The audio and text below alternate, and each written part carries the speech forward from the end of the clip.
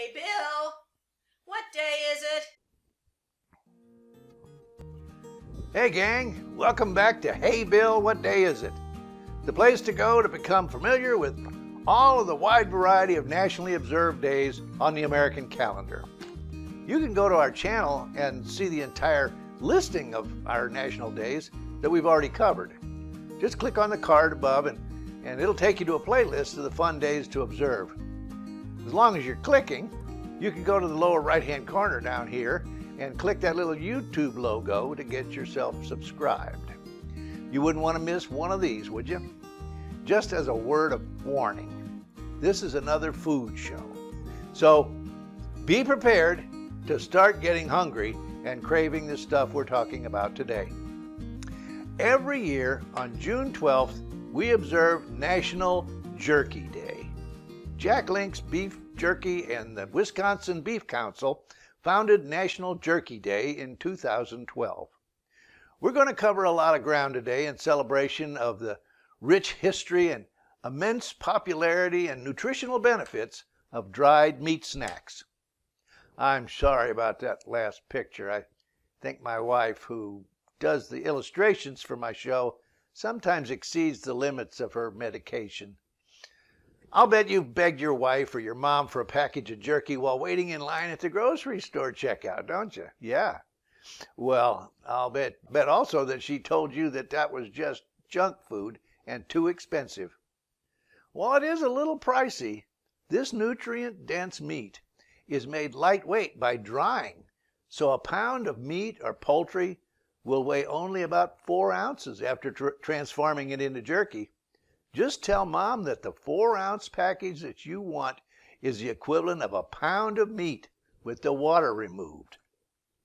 Properly prepared jerky can be stored for months without refrigeration because the drying process removes the most of the moisture. Salt added to the meat before the drying process begins helps to prevent bacteria from developing.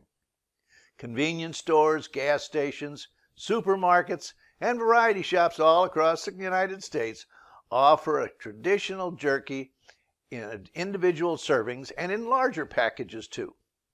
They also offer a variety of flavors and they add spices for additional heat. While on road trips or camping or even long-distance flights, jerky staves off hunger until the next meal. A few years ago, when we spent several weeks in Ecuador, we had the foresight to pack a bunch of jerky in our backpacks. We became the most popular members of the group when we were on long drives and bus trips across that South American country.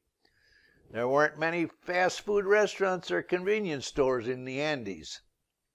Most of the food in Ecuador is very good, but it didn't travel well in the humid heat of the rainforest, so our preserved meat was truly a godsend.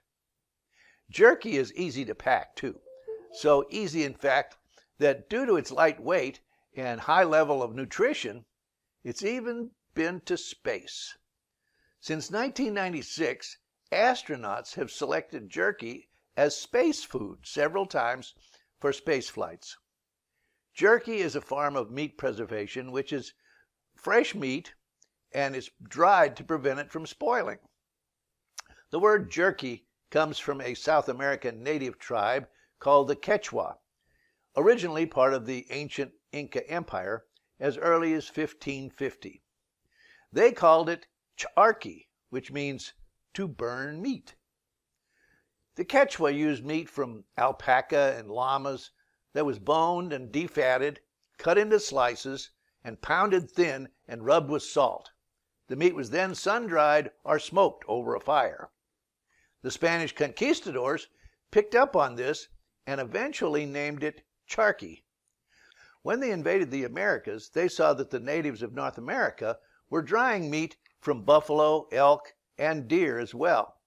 It didn't take long before the natives adopted the Spanish term charqui and only added their accent, and the word jerky was born.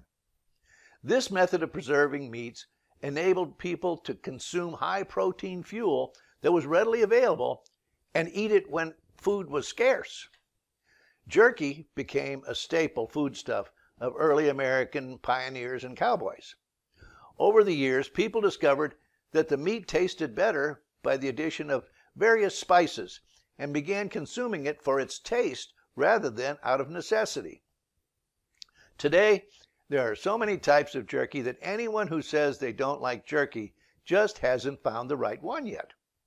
Believe me, it's out there waiting for you. That's why it's now considered one of the world's leading snacks.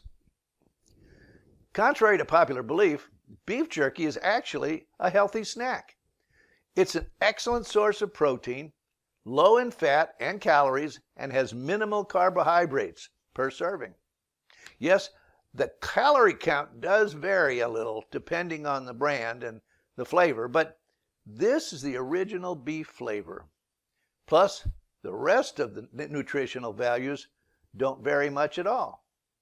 Oh yeah, sodium, it's pretty high, and it may not be a good idea for someone with a salt-restrictive diet, but for the rest of us, just chew away and enjoy. It's a no-mess snack, great for lunches, after-school snacks, traveling, and camping. Jerky can be made from domesticated animals as well as game animals. The most common domesticated animals include beef, goat, pork, mutton, or lamb. And however, there are many game animals now that are on the jerky list of ingredients. Of course, historically, deer, bison, turkey, and fish have always been around. But today, animals such as springbok, kangaroo, ostrich, salmon, alligator, crocodile, tuna, emu, horses, camels, and kudu have been added. Now, I've eaten food all over the world, and I'm willing to try almost anything. But when you add earthworm jerky to the marketplace, I personally need to rethink my shopping habits. Even if it's marked down, which is my wife's favorite shopping term. She once tried to buy an escalator because it was marked down. Today's commercially prepared jerky is often marinated, prepared with seasoned spice rubs or liquids, or smoked with low heat, usually under 160 degrees Fahrenheit. It also commonly includes sweeteners, such as brown sugar. Smoking is the most traditional method, as it preserves flavors and dries the meat simultaneously. Salting is the most common method used today, as it both provides the seasoning and improves the flavor as well as preserve the meat. While some methods involve applying the seasonings with a marinade, this can increase the drying time by adding moisture to the meat. The meat must be dried quickly to limit bacterial growth during the critical period where the meat is not yet dry. To accomplish drying quickly without the use of high temperature, which could cook the meat must be sliced or pressed thin.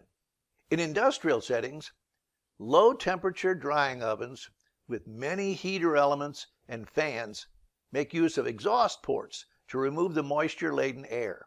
The combination of fast-moving air and low heat dries the meat to the desired moisture content within a few hours.